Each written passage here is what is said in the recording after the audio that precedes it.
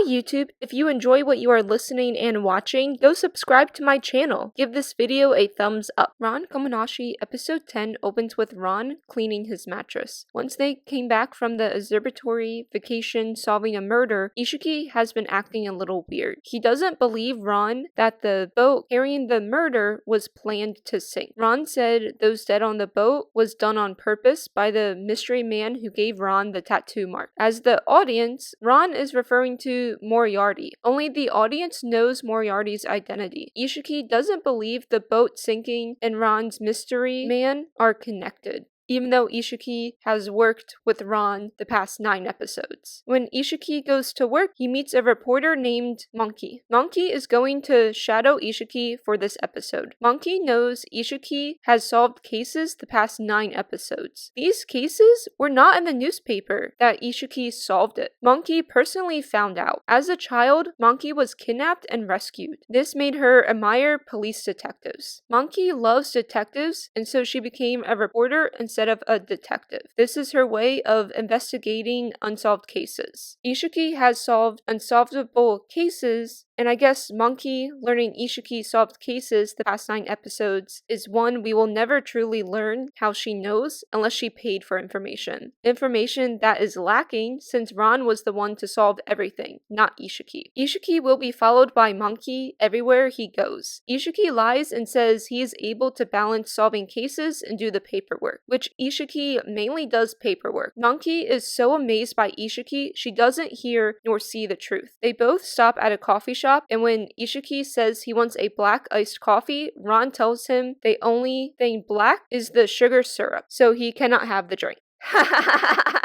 A coffee shop that doesn't have coffee is normal, right? Isshiki and Ron talk privately. Ron is working here because he will educate the owner on how to make a black sugar syrup latte. Ron is not happy there are no cases to solve, and this is how he will spend his free time until then. Ron knows Monkey is a reporter because when she first came into the coffee shop, she looked at magazines. Her shoes are scuffed, probably from running, and her phone case has cards in it. I feel like Ron is off game, and these traits others can have besides a reporter. Whatever. Monkey, who knows about Isshiki, has no idea who Ron is. Not only does she not know Ron solves cases, which even Ron, the past 9 episodes, has lied and said Isshiki actually solves them, but she has no idea who he is at all. Isshiki works alone. He doesn't have a partner, when every time he solved a case has been with this partner, Ron. 3 girls enter the coffee shop. One takes a photo of the sign outside. These 3 girls are random for now, but these 3 girls are important to this episode. Ron gives Isshiki his order of black sugar syrup mixed with water. Ron might have weird taste, but he does know how to work as a coffee server. Ron made a platypus that the 3 girls think is a normal looking duck. All the hard work for nothing. Monkey tells Ron she is doing a report on Ishiki's detective work. This does not make Ron happy to learn she is a crime reporter, but he switches mood and tries to be super nice to Monkey to learn critical intel on hard cases. Monkey doesn't know who Ron really is and tells Ron, the coffee shop employee, to stop bothering Isshiki. Isshiki has important things to do. The bickering is stopped when one of the 3 girls dies. Ron is set up again because he is the one who made the drinks. She was poisoned. Because Monkey, for some odd reason, knows Isshiki solves cases and has no idea who Ron is, yells at Ron to leave the scene of the crime. She says he is not a detective and needs to let Isshiki solve this. Ron does play along and says, "It is wonderful, Detective Isshiki will solve it." Isshiki nor Monkey thought Ron was a suspect. Ron has to tell them he made the drinks, so he could have poisoned her, or the 2 friends could have done it because they were sitting next to her. Monkey tells Ron it is all okay because Isshiki will solve everything. Will he though? They didn't even know who a killer was until Ron said they have 3 potential suspects. As Monkey asks Isshiki questions, Ron interrupts and directly says no matter the case Monkey might get to give it to Isshiki. Ron will be